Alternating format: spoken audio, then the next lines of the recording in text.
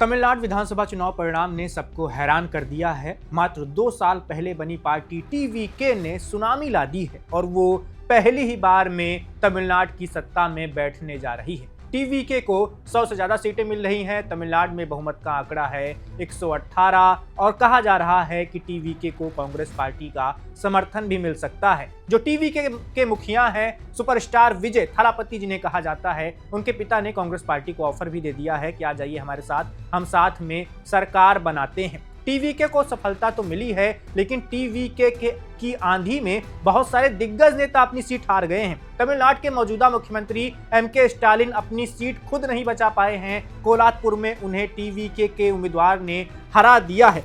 बता दें कि कोलापुर डीएमके का जो स्टालिन की पार्टी है उसका गढ़ माना जाता रहा है। 2011 में ये सीट अस्तित्व में आई थी। उसके बाद लगातार 3 बार से 11, 16 और 21 स्टालिन यहां से जीतते आ रहे थे, लेकिन इस बार उन्हें हार का सामना करना पड़ा है। वीएस बाबू, वो जो टीवीके के उम्मीदवार थे, उन्होंने स्टालिन को मात दे दी है। बता दें कि वीएस बाबू पहले डीएमके में ही हुआ करते थे, वो स्टालिन के साथ काम करते थे। 2011 में जब स्टालिन कोलापुर से चुनाव लड़ रहे थे तो वो उनकी सीट के इंचार्ज थे। आप समझ सकते हैं, वही वीएस बाबू आज कोलापुर में विधायक बनने जा रहे हैं। उन्होंने एमके स्टालिन को विधानसभा का चुनाव हरा दिया है। डीएमके अब सत्ता से बाहर होने जा रही है। कई सारे एग्जिट पोल्स में डीएमके की सत्ता में वापसी का दावा किया गया था, लेकिन एग्जिट पोल्स फेल हुए हैं। सिर्फ एक एक्सिस माई इंडिया ने दावा किया था कि सबसे बड़ी पार्टी बन सकती है टीवीके, और असल में वही हो रहा है। विजय अब तमिलनाडु के अगले मुख्यमंत्री बन सकते हैं। तो एक तरह से डीएमके सत्ता में तो जा ही रही है, लेकिन उसे शर्मनाक हार का सामना करना पड़ रहा है कोलापुर में ही। कम से कम अगर पार्टी सुप्रीमो की सीट बच जाती तो एक तरह से एक अच्छी बात ये मानी जाती डीएमके के लिए कि चलो पार्टी सुप्रीमो जो है, जो पार्टी के प्रमुख हैं, वो तो अपनी सीट जीत गए। लेकिन ऐसा बिल्कुल नहीं हुआ है और तमिलनाडु के इस चुनावी परिणाम ने हर किसी को हैरान कर दिया है। टीवीके सत्ता में आ रही है, टीवीके ने स्टालिन को हरा दिया है, टीवीके ने स्टालिन की पार्टी सत्ता छीन ली है और अब टीवीके का ही राज चलेगा